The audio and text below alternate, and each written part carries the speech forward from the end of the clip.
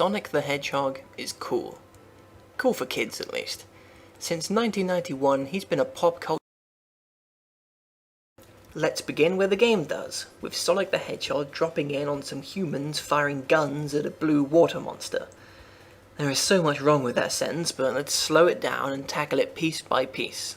Firstly, the game begins with a boss fight. Boss fights in Sonic games have always been pretty simple. The boss attacks you in a pattern, often making itself invincible or unreachable during its attacks. Then it allows itself to be hit, and you wail on it as much as you can until the pattern starts back up. Sometimes the boss and you are free to attack each other, and it's a game of scoring hits while trying not to get hit yourself, chasing down your rings when you do. It's a fine system, one of persistence and positioning, moving around the area to get the most attacks in while dodging enemy attacks. Unfortunately, and this is the key problem with Sonic Adventure, it doesn't translate well to 3D. The bosses in Sonic Adventure are absolutely mind-numbing. You wait for the boss to faff around, dodging its attacks, moving around the area to get the most attacks in while dodging enemy attacks. Then, as in the case of Dr. Eggman here, they literally just decide to let you hit them. Repeat that a few times and it's over. There's no tension, no careful cat and mouse game. Just running out the clock until it's your turn to go again. The bosses also have a health bar, and you can only seem to get one hit in per turn. In the Mega Drive games, your patience and or maneuvering was rewarded with a satisfying series of bumps on Dr. Robotnik's egg-shaped dome. Bam, bam, bam! It's great! Waiting 20 seconds for Dr. Eggman to give you a load of this, and then bopping him one time isn't nearly as fun.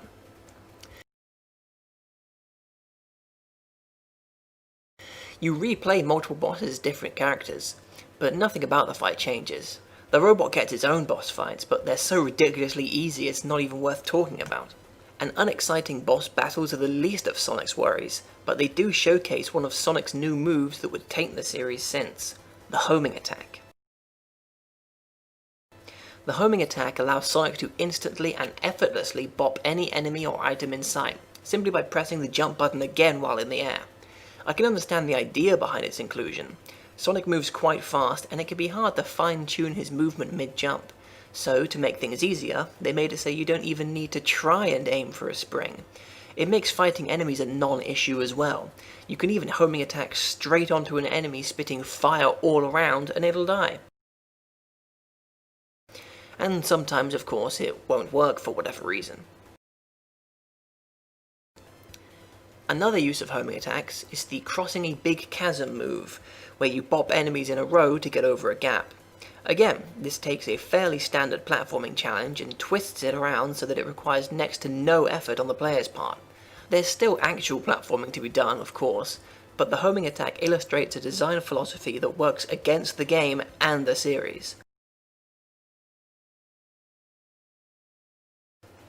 When you think of Sonic, you think of speed. It's only natural. Since day one he was touted as being the fastest thing alive. Sonic Adventure takes the idea of speed and puts it at the forefront of everything. Sonic builds up momentum quickly as he moves, unrestricted by turning in 3D. This makes him quite slippery to control, and it can be hard to even move in a straight line at times.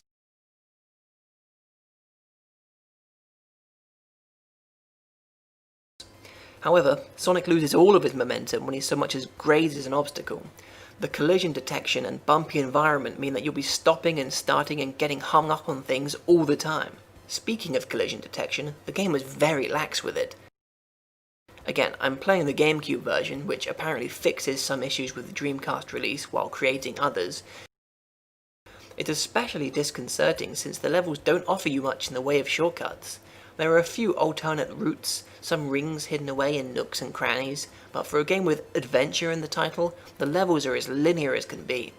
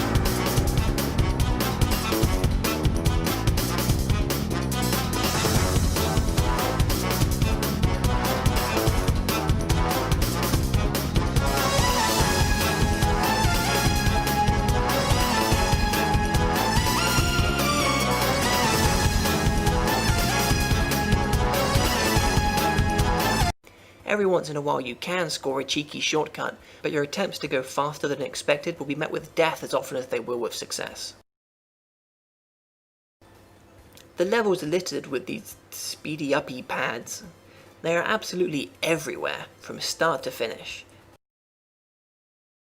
Touching one will send Sonic shooting off at max speed, usually allowing him to run unopposed for a short while as the camera flails wildly in an attempt to keep up with the supposed action. But there is no action here. There's a lot of spectacle, but a massive portion of the gameplay is simply holding up on the joystick and running over the speedy uppy pads.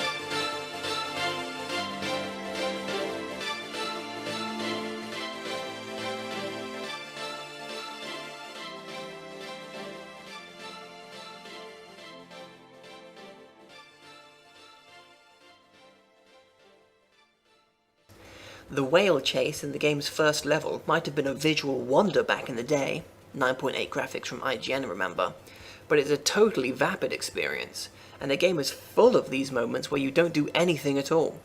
The original Sonic games had this as well, but they were shorter on the whole and more reliable.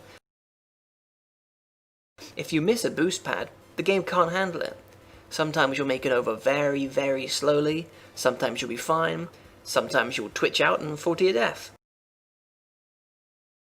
It's always a gamble trying to play the game against its design, and Sonic is so quick to run away from the beaten path that you could knock the system out of its socket simply by holding up on the analog stick anyway. The problems are further compounded by the camera, although again this surely must have changed from Dreamcast to GameCube. Still though, it never seems to ease itself into a more appropriate position. It stays still, then swings violently to accommodate movement, but never fast enough to be of any use. The game outright tells you this in one of the most blatant cop-outs I've seen in a game of this caliber. Even when you're running on boost pads, the camera doesn't know what's going on, and it makes the game appear even more sloppy and poorly programmed than it actually is. Even when the camera is steady, it's positioned in the most frustratingly unhelpful manner imaginable.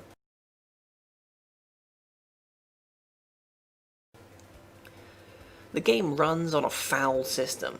It took the loop-de-loops and blast processing from the Mega Drive games and twisted them around, building huge chunks of levels out of effortless, tensionless, linear paths.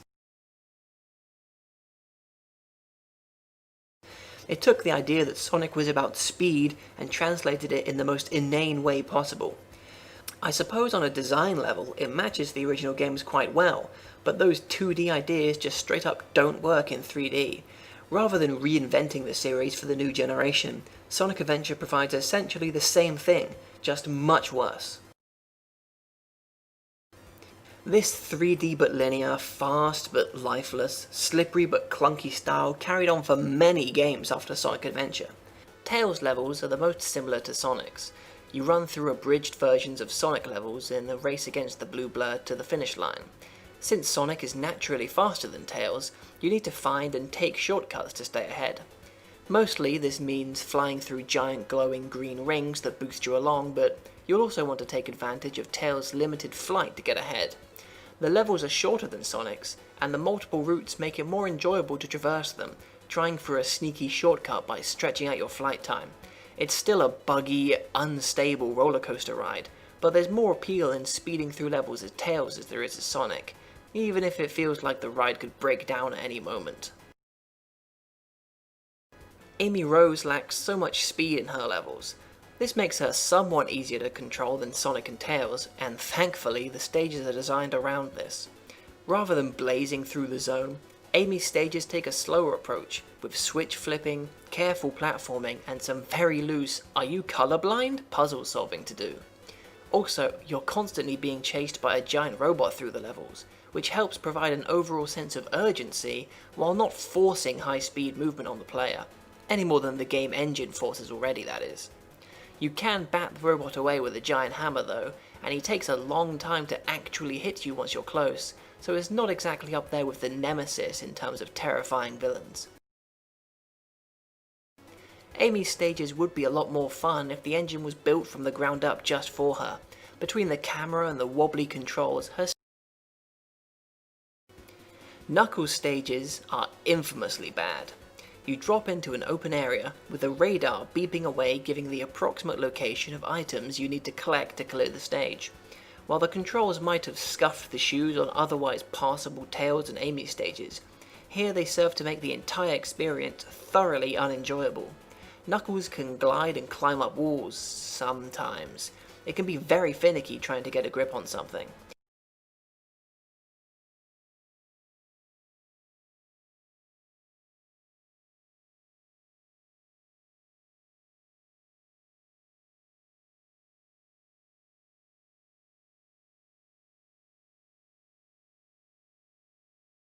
About equal time is spent both wandering around trying to get a good reading on the radar and actually trying to climb up to where the Master Emerald shard is. It's an Easter egg hunt, one that saps your enthusiasm as you continue to play, gliding around aimlessly as the camera goes nuts and the radar beeps away. It's about the most unappealing concept for a video game. One where you're given the sloppy, speed-oriented controls of a 3D Sonic game and told to meticulously comb over the environment for hidden trinkets. Unlike Tails and Amy's stage paradigms, they actually included more of these stages in Sonic Adventure 2, where they amazingly got even worse. Another Sonic Adventure 2 carryover is the shooting-based stages of E102 Gamma. You hold down the attack button to lock onto enemies, releasing it to blast them all at once.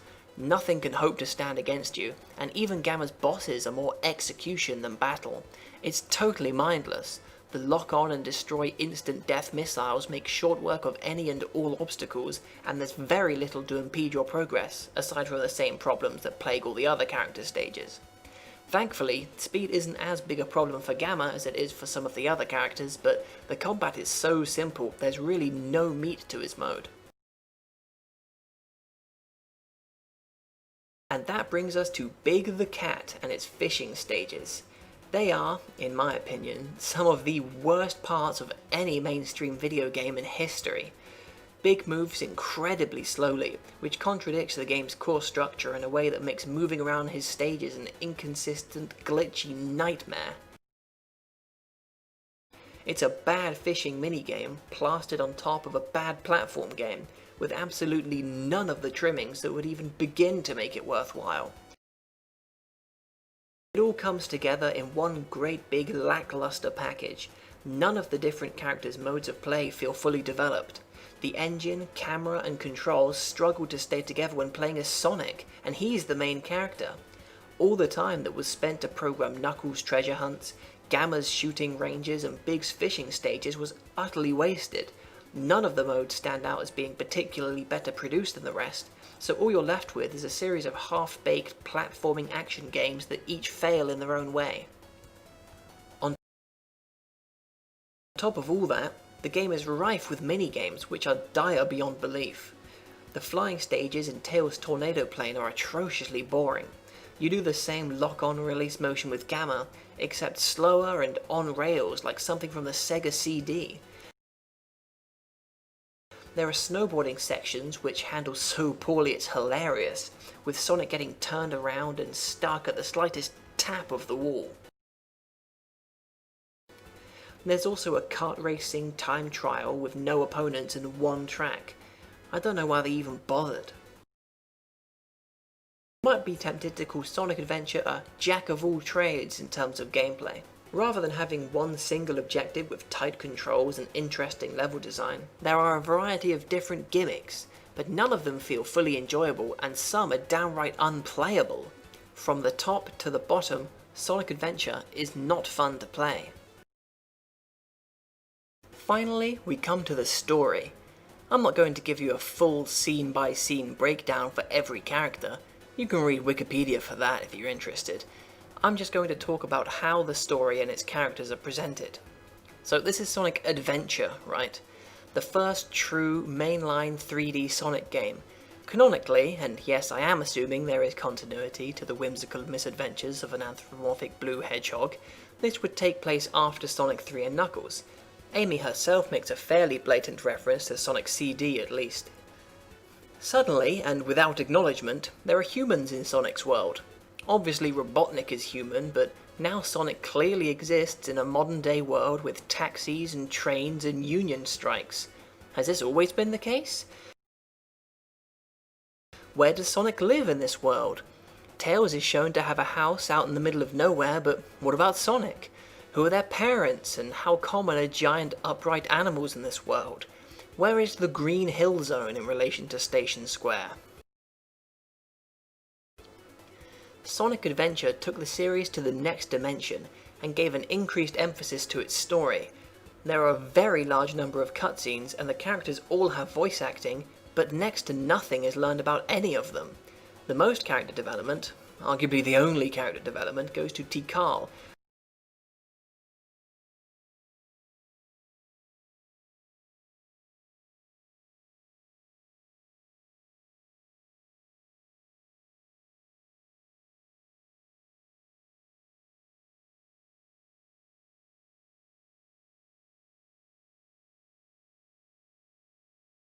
Echidna character who serves mainly as a floating orange ball who tells you where to go next in the game's ill-conceived adventure maps.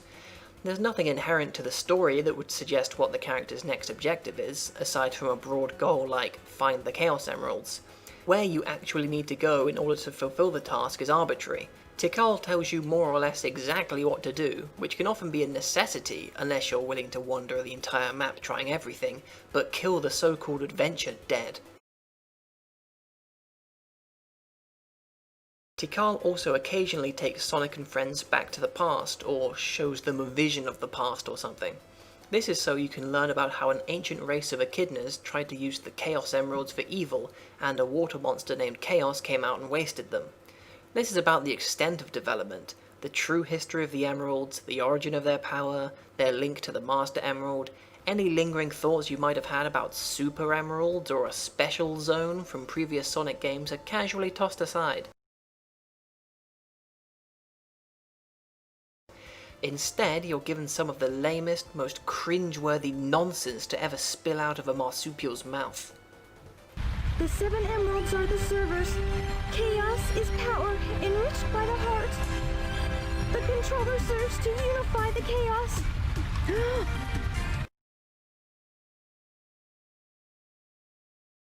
Take Angel Island, for example. It's a giant floating island where Sonic 3 and Knuckles took place. Except now it's absolutely tiny and connected to the mainland with a bridge.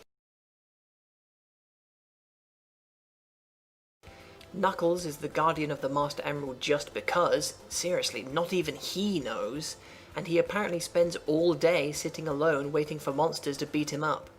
Sonic Adventure doesn't expand upon any of the ideas, plot lines, or characters of the previous games in the series.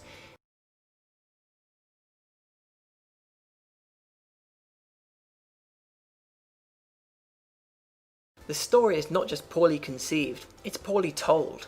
Here's a snippet of the scenario from playing as Sonic and Tails. Before the game begins, Tails finds a Chaos Emerald. And there's some stuff, and Tails tells Sonic to meet him at his workshop and he'll show him what he's been working on. Once you get there, Robotnik shows up, with characters seemingly choosing between calling him Robotnik and Eggman at random. Introduces himself like it's the first time they've met, although this is contradicted later.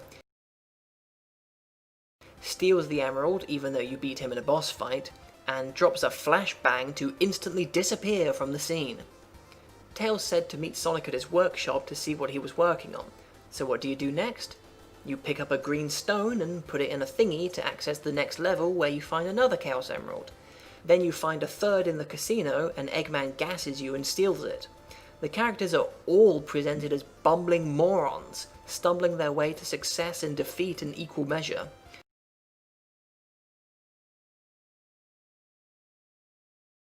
The different characters' paths do cross at points, but in such a manner to make no sense from one's perspective and have no payoff once you see the others. It all culminates with Chaos obtaining all of the 7 emeralds, totally out of the player's control obviously, and Sonic turning super just because he can, and beating up Chaos so bad that he turns good for no reason. Roll credits. It's a very simple story, as thick as paper, with inconsequential characters, coincidental developments, and some of the cheesiest power of friendship tripe ever proposed.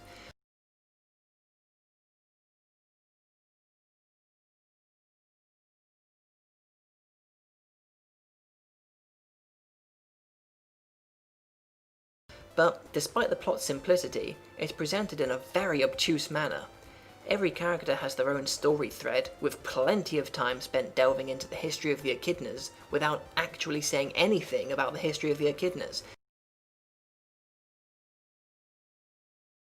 Let alone the playable characters, but nothing meaningful really happens until the very end, and even then, Sonic just beats up the bad guy and that's it.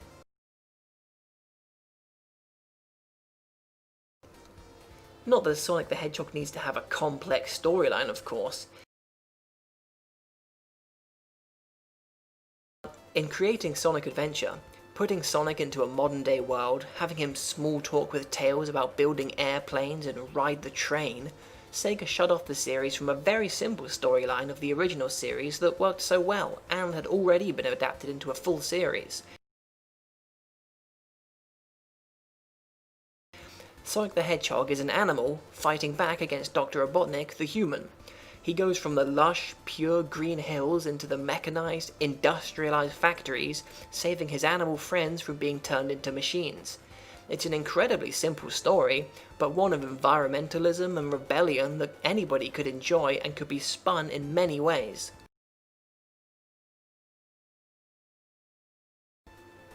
Watching Sonic and chums prattle on about sickly nonsense might be fine for the kiddies, but that's all it will be.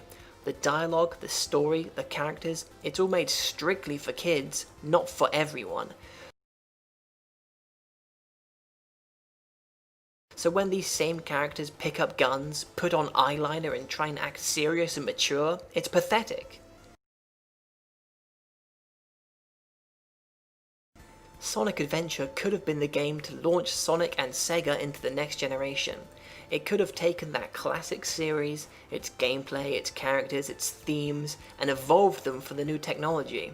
It could have proven once and for all that Sonic was cooler than Mario, Sega is the king of console games, and all these youngsters can lick their boot. But it didn't. Instead, it gave gamers a clunky, sloppy, unenjoyable mess of a video game where you spend as much time fishing with some big dumb cat they just made up as you do busting up robots as Sonic. It introduced new characters that add nothing of worth to the proceedings beyond one meaningless quirk, gimmicky, alternate playstyles that clutter up the design and detract from the core gameplay, and a brain-dead plot that wrings out as much melodrama as it can from cartoon characters aimed at children ages 10 and below. 2011's nostalgia-fueled Sonic Generations was incredibly good fun, and had no gimmicks, no pointless characters, and no dumb story.